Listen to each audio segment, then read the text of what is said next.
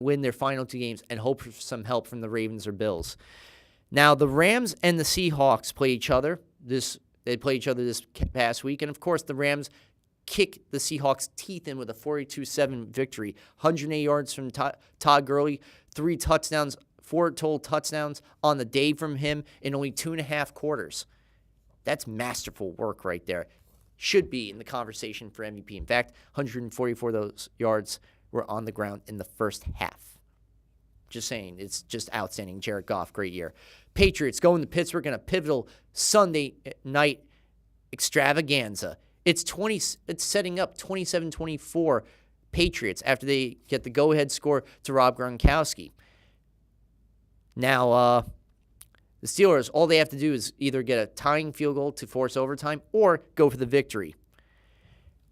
There was a big bomb pass to Juju Smith-Schuster, who had 114 yards on the game, most of them on that, what could have been the game-winning drive. Then he gets what appears to be a 10-yard touchdown to Jesse James. But then the referees have to review every touchdown. They review the touchdown, and Tony Correnti, the official, said that the ball did not survive the ground. Therefore, it was an incomplete catch and not a touchdown. And some people were just rolling their eyes or booing the referee, saying that's just complete, utter crap. Anyway, Roethlisberger hits Darius Heyward-Bey, but still not enough. He's inbounds. No timeouts left. Instead of Roethlisberger spiking the ball, going for the game-tying field goal from Chris Boswell, he wants to go for the win on a pass intended for Eli Rogers. It gets tipped, and unfortunately into the hands of safety Deron Harmon of the Patriots secondary.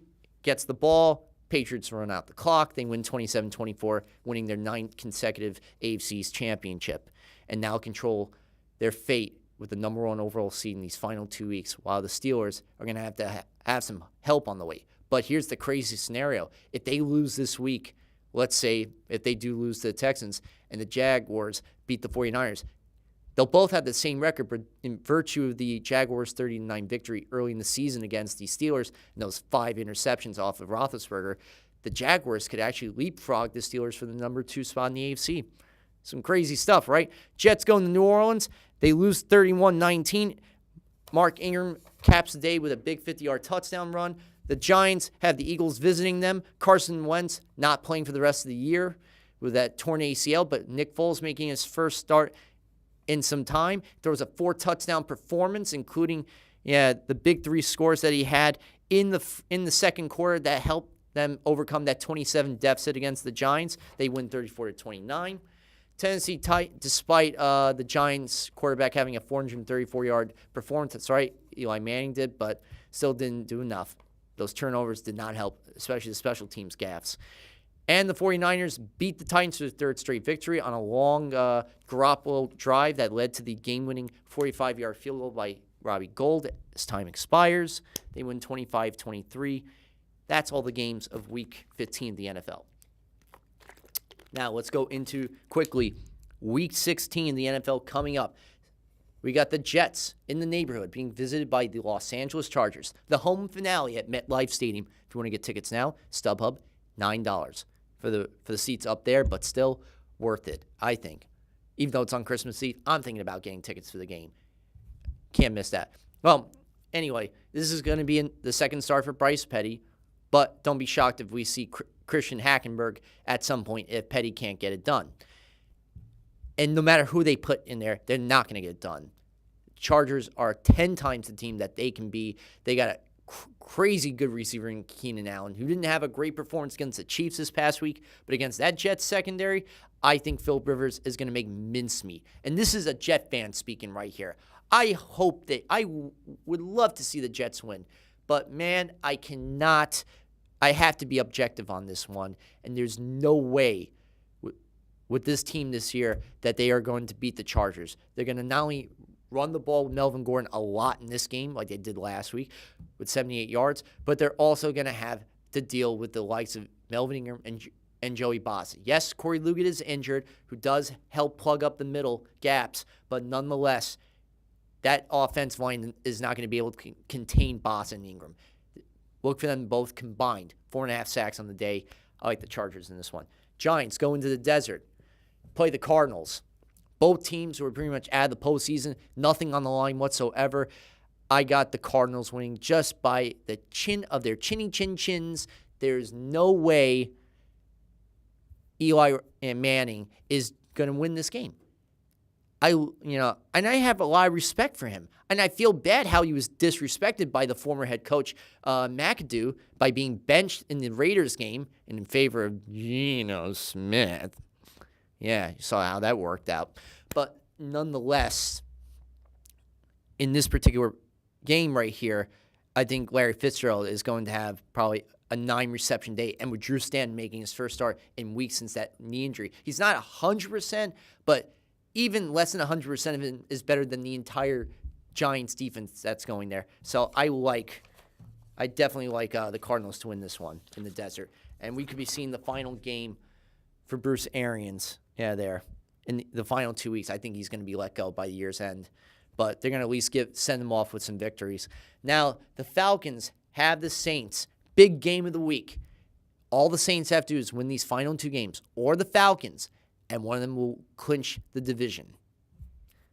Panthers could with a victory by the Falcons, and then the Panthers beating the Falcons week 17. It's a crazy scenario for that NFC South division. Or we could have all 3 of them in the postseason, which I think will be the scenario that takes place. Last time was Thursday night, 16 days ago, 2017 victory the Falcons had on the game-ending interception off of Drew Brees on a pass intended for Josh Hill in the middle of the end zone. And the 10-plus injuries that took place, including Alvin Kamara's concussion, but he came back last week, had that critical 10-yard touchdown catch against the Jets when they won 31-19. And, in fact, they overcame the onside kick attempt by the Jets, and Melvin Ingram had the 50-yard burst up the middle for the touchdown. When you have Ingram and Kamara together, they are a dangerous 1-2 combination in the backfield. I don't know how the Falcons are going to have an encore, but they're not, especially when they're playing in the Big Easy. Give me the Saints all day. When them Saints are marching in, when them Saints are marching in, they're going to win this game in week 16. I can't believe I just got that week number wrong. But nonetheless, I get the Saints winning by 2 touchdowns. Cowboys having the Seahawks. Jerry World. Sean Lee. Look, mark my words. I think this guy is going to have a big day. Give me 15 tackles on Russell Wilson. The guy got sacked 7 times last week behind that porous offensive line. He's going to have the day from hell again in Cowboy land. And look for Dak Prescott and the return. Glorious. You know, that wrestler Bobby Roode on SmackDown. Love that. The glorious return of Ezekiel Elliott from his 6-game suspension. It's like letting an animal it's like a caged tiger ready to pounce on his prey. And the prey is the Seahawks defense that has already been decimated in that secondary. Well, they don't have to worry about the secondary. They just have to worry about trying to plug up with 8 people in the box. And even if you do that, you're still going to have Ezekiel Elliott run roughshod all over them. And then you got to deal with Rod Smith, who's been doing great these last few weeks. And the same thing with Alfred Morris. Talk about another type of monster, a 3-headed monster approach. Yeah, Earth, Wind, and Fire 2.0. Look out. Cowboys got this. Dolphins going into Kansas City. Chiefs need a victory to clinch the AFC West. Dolphins need a victory and a lot of things to happen in order to make the playoffs. As much as I would like to see the Dolphins win, with that type of scenario, I do not foresee them winning this game against the Chiefs. I think Kareem Hunt is going to be the better running back in this performance. I'll give Kenny Drake a lot of credit. He's really shown a lot of his talent this year, and he's going to be the feature back for some years, but he needs a better offensive line and a better quarterback too. And I think there's a good core of receivers too. The Dolphins do have a great future ahead of them, and I think Adam Gase is the right man for the job. It's just the quarterback situation is murky. You know, one week Jay Cutler can have a great performance like he did against the Patriots 3 touchdowns. Then last week he has a dud with 3 interceptions. And he's not a franchise quarterback, and especially for this franchise. I see them, going for a quarterback in the offseason. Who knows? There could be a certain guy from Washington who could be making his way to the city of Miami. It's possible. It's possible. And since Gase is great with quarterbacks, it would be a great fit. Match made in heaven. But as for 2017, the Chiefs, with all they have going, Marcus Peters probably covering I think he's going to get several picks off of Jay Cutler. Give me the Chiefs in this one. Now, Raiders, Eagles, Christmas night, the Monday Night Football season finale. Who takes this game? Of course, it's going to be the Eagles. Nick Foles still is better than Derek Carr in this performance. And let's not forget the last time that Foles played the Raiders. Remember that 2013 year where he had 27 touchdowns, 2 interceptions? 7 of those TDs came against this team. Yeah, came against the Raiders in Oakland County. This time, Oakland has to travel across the country to play Philadelphia. And with all that against them and the loss they suffered against Dallas this past week, this Eagles monster in the backfield and with the core receivers, especially like Nelson Aguilar, I see him having a 2-touchdown day. Look for the Eagles to win this one. Okay, L.A. Rams, Tennessee Titans. I got to find an L.A. Rams because I still have the old St. Louis Rams flag pennant. Anyway, the L.A. Rams are just really great team, firing in every direction this year with Jared Goff, and you got Todd Gurley, who's having over 100 total yards in so many games this year, should be considered an MVP candidate for sure with what he can do out of the backfield. And then you have Sammy Watkins, a good deep threat, Robert Woods, who's a good possession receiver, and then you have a really hard-hitting defense this year against this Titans team that has lost the last 2 games to NFC West teams, losing by 5 points against the Cardinals in the desert. This past week, losing by 2 points when you had a lead against the 49ers. They just are they lose in such pitiful ways, in embarrassing ways too. As much as I like Marcus Mariota, they got to do more no-huddle. They really have to increase more their no-huddle offense. Other than that, I don't foresee them even doing that. I give this game to the LA Rams, for sure. Now, the next game right here, we got the Bills. We got the Patriots. The Bills need a victory in the last 2 weeks and in order to clinch and end their 17-year drought. The Patriots just need a victory this week and a Steelers loss, and they get home field advantage throughout the playoffs. Let's see what happens in terms of that. Well, we'll see what happens. We're going to see what happens in these final 2 weeks. But in terms of this game right here, Tom Brady against that Bills secondary, with Brandon Cooks and the catches this guy can make, and then you have Rob Gronkowski, who in the last 2 weeks, and this could be a revenge game for the Bills in mind, considering what happened weeks ago in Buffalo, that 23-3 loss the Bills suffered, and that stupid late hit that Gronk had on rookie cornerback Tre'Davious White after the interception he made.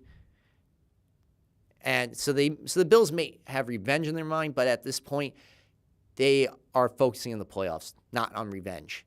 But even with the focus they have in the playoffs, they've never beaten Tom Brady in 4 full quarters in Foxborough, and it's not going to happen this Sunday. Giving the Patriots to win 500 total yards in the day, in fact. And let's not forget the last 2 teams that the Bills have played, the Colts and the Dolphins. As much so, even though the Dolphins, and what's sad is the Dolphins actually beat the Patriots, and they couldn't even beat the Bills. But the Bills themselves are not going to win this game. With all the rushing yardage of Tyrod Taylor and LaShawn McCoy, it's still not going to match up the entire Patriots offense. Okay, Vikings, Packers, Saturday night, Lambeau Field, 1 degree cold weather. Like you mentioned, 4 or 5, maybe 6 layers. And have a cheese curd. They're really good from what I hear. And bratwurst. If you're going to be in Wisconsin, you better have yourself a brat. In terms of the game itself, though, this is going to be Brett Hundley. You know how many touchdowns he's thrown at home? How many interceptions? That's right, 5 picks versus 0 touchdowns. And he's going against a Vikings defense that's opportunistic with a guy like Xavier Rhodes, Pro Bowl cornerback. Then you have the likes of Steph, and then you got the likes of Everson Griffin with his 13 sacks, Anthony Barr, who is the reason why the Packers are missing the playoffs after their 8 consecutive years of making the postseason with that nasty hit on Aaron Rodgers that led to his collarbone injury. Come on. There's no way I see the Packers win this game. I got the Vikings all the way. Latavius Murray, another 100-yard performance. Another NFC South rivalry matchup. Buccaneers visiting the Panthers. Disappointing season for the Buccaneers. You're dealing with Kwan Alexander, Vontae David, and now even Gerald McCoy with that biceps injury, all out. And then you have an inefficient running offense. Jameis did his best this past week. He threw 3 touchdowns, nearly 300 yards, and no interceptions, and led them what could have been a game-tying drive, and Patrick Murray was the one who blew it in the end, sailing the ball wide right. So, Jameis can do it. He has the ability to win games. But, man, he makes the worst critical mistakes. And if you look at the Lions game, too, those 5 total turnovers the Buccaneers had, that cost them that game as well. They can't make any mistakes against this Panthers team. But I see them making mistakes. I see them making a bunch of mistakes. And I think the Panthers, especially Christian McCaffrey, are going to be able to run some crazy option plays with him that the Buccaneers are not going to be able to contain. And Jonathan Stewart is going to be able to run all over that rushing defense. I like the Panthers, and I like Cameron Newton in this contest. Next one right here on the docket. You got the Bengals being visited by the Lions. This could be the final home game. This is the final home game for Marvin Lewis in the Queen City. I think they have some good pieces in place, especially Joe Mixon, who's going to be a good running back for them for the next few years.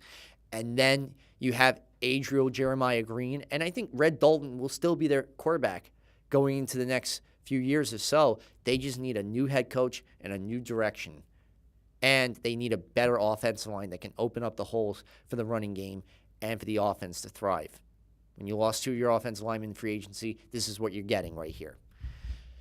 As for the Lions, this is the most critical time of the season. They need to win these final 2 weeks, and they have to hope that the Cowboys and Seahawks self-destruct in these final 2 weeks. And they can do it, especially when you got a guy like Matthew Stafford.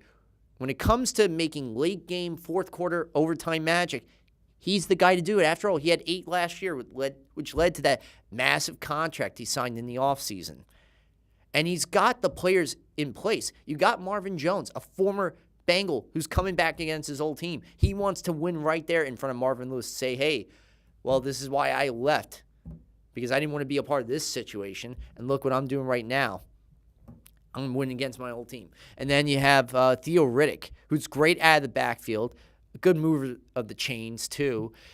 And as I mentioned, and Golden Tate, your deep threat receiver. You have all the offensive pieces in place and a good coordinator. And Jim Bob Cooter, one of the best names in all of football. And Terrell Austin, who's a genius defensive coordinator who will be a head coach at some point next year.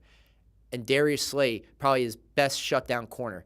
And if Dalton was able to get intercepted last week, look for Darius Slay to get another 2 interceptions. I get the Lions winning this one.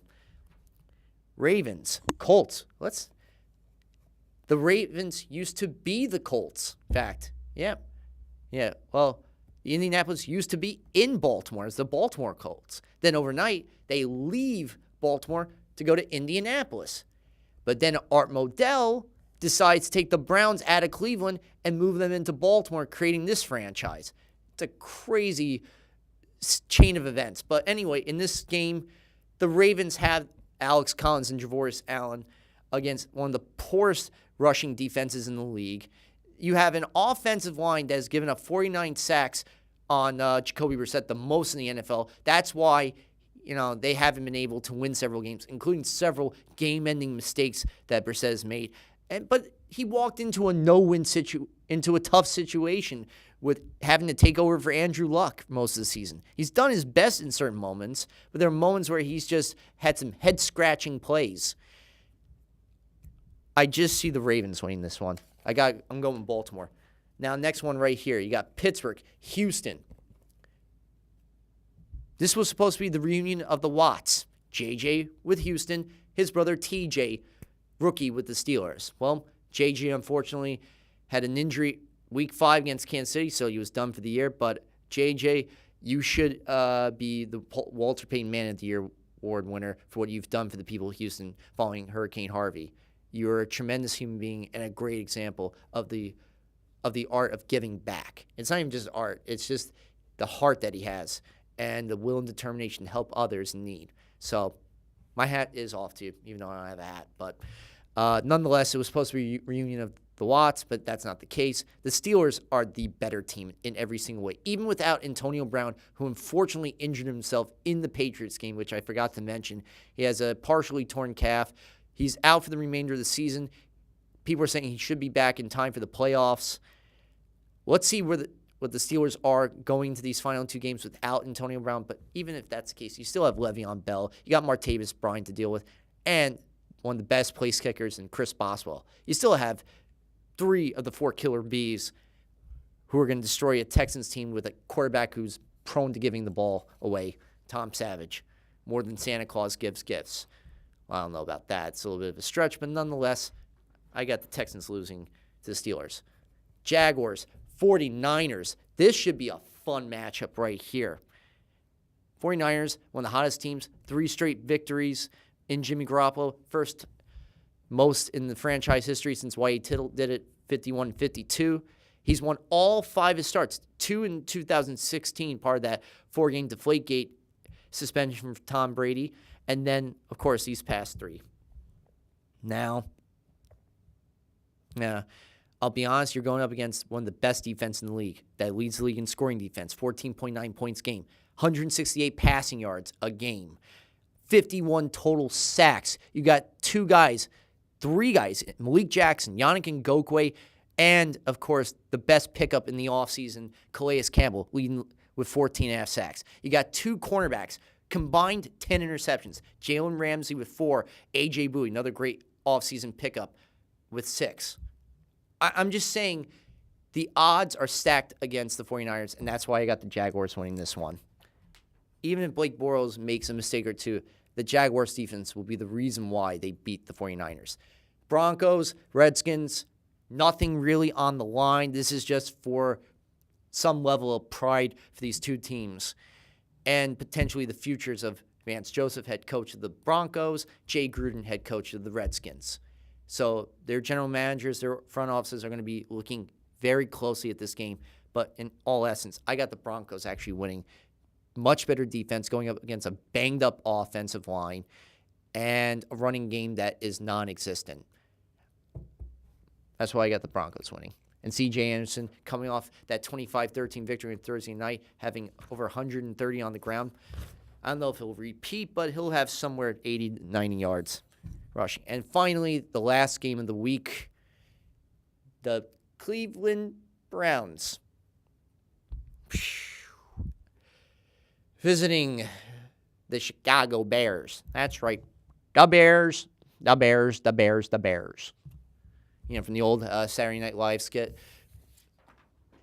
Yeah. With the late John Belushi, when he always did that, the Bears. Yeah, and that Chicago accent. You got to be in Chicago right there and have a deep dish pizza and a good super dog. Anyway, all kidding aside in this game, there's really not much to discuss right here. Deshaun Kaiser, 19 interceptions since being selected at Notre Dame with 7 touchdowns. Yes, he's got Duke Johnson to throw it to, and he's got David Njoku, the tight end out of Miami, the rookie out of Miami. That's a good pickup right there. And Josh Gordon. So there are some, if there's any good things about the Browns, but for the most part, those 19 interceptions and the 20-plus turnovers that Kaiser's had, are part of the reason why they won't win this game. I think Jordan Howard is going to run roughshod all over this offense. And the Browns have something at stake, the number 1 draft pick in 2018. Why win when you could just lose? Well, you're going to lose anyway, even if you don't want to lose. You always find a way. Several times where they've had leads. The London game against the Vikings, the Jets game, the Packers game. There were so many games where they actually led for whatever little time they did, and then find a way to inexplicably blow it. And the Bears, right now, John Fox, his tenure is iffy. He's had 3 double-digit loss seasons in his tenure since coming over from Denver. But I got the Bears winning this one just by default, 3-point effort. And that's all the games of Week 16 of the NFL season. I'm looking forward to the Jets game. I want to see what they can do in terms of the running game with Bilal Powell and Elijah McGuire. Elijah he was close to he got a nice touchdown on the ground last week in his former home state when he played for Louisiana Lafayette, 5th round pick for the Jets. But at the end of the day, all it took was a nice marking and rushing touchdown. But this particular week, I think McGuire is going to be featured heavily. And I do mean heavily in terms of this coming week for the Jets on the ground. Then you got the likes of Matt Forte, who's going to probably end. I think he's going to end his tenure after this season with the Jets. His knees are not the same as they once were when he was with the Chicago Bears. And as for the Giants this week, I don't really expect much. I just expect to avoid their first 2-win season since 1972. They have to win either this week on the road in Arizona or beat the Redskins in the home finale on New Year's Eve. I don't even think they will even win that game. So we're about to see history. For the first time in the 16-game era, they will have only 2 wins and the number 2 draft pick come April of 2018.